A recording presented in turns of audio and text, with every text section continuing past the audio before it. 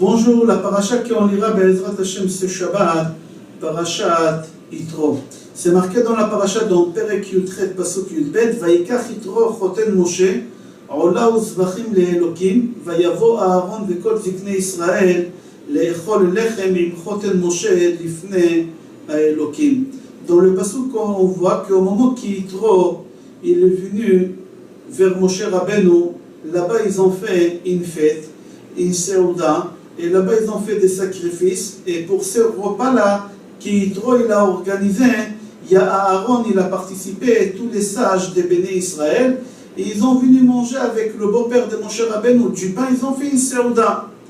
Au moment que Yitro il arrive dans le désert à la rencontre de son gendre Moshe Rabbeinu, il est sorti à la rencontre de son beau-père pour lui faire kavod.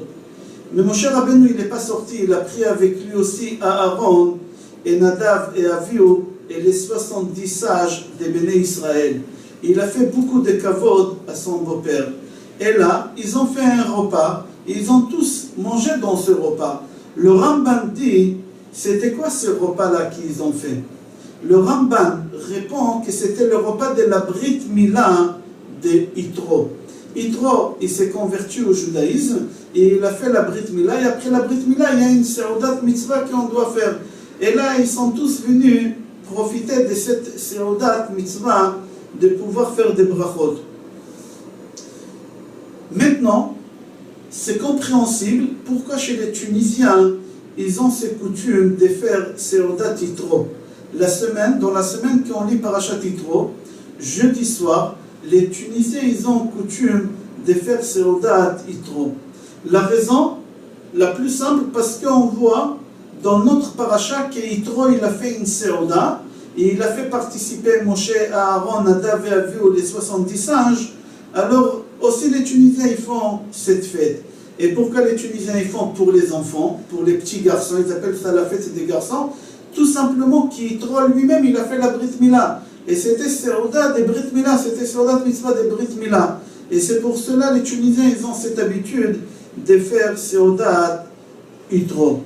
Mis à part ça, il y a encore plusieurs raisons pourquoi ils ont fait pourquoi les Tunisiens ils ont cette habitude de faire cette seuda.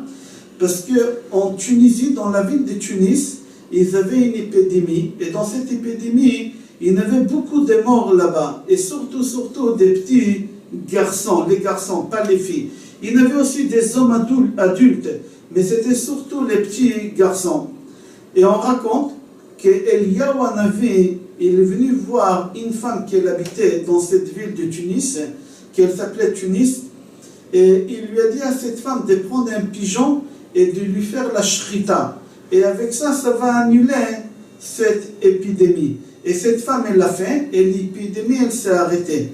Et quand elle s'est arrêtée, la semaine qu'on lisait parachat Yitro. Et en souvenir de ça jusqu'à aujourd'hui, ils ont cette habitude de faire une grande fête jeudi soir, veille de Shabbat de la lecture de parachat Yitro, une grande fête et manger dans des petites assiettes, dans une dînette presque, manger des petits pigeons, des petits trucs, dans des petites assiettes, boire dans des petits verres. Pourquoi?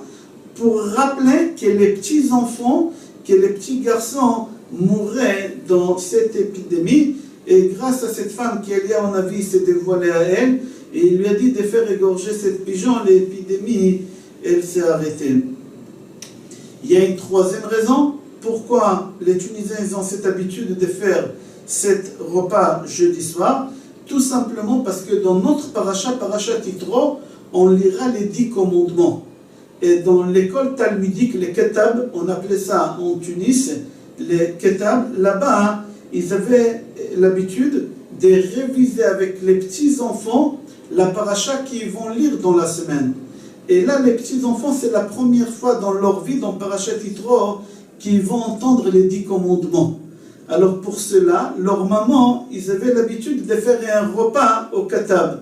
À l'école talmudique, les mamans, ils venaient avec des petits dîners, des petites assiettes, parce que c'était des petits enfants.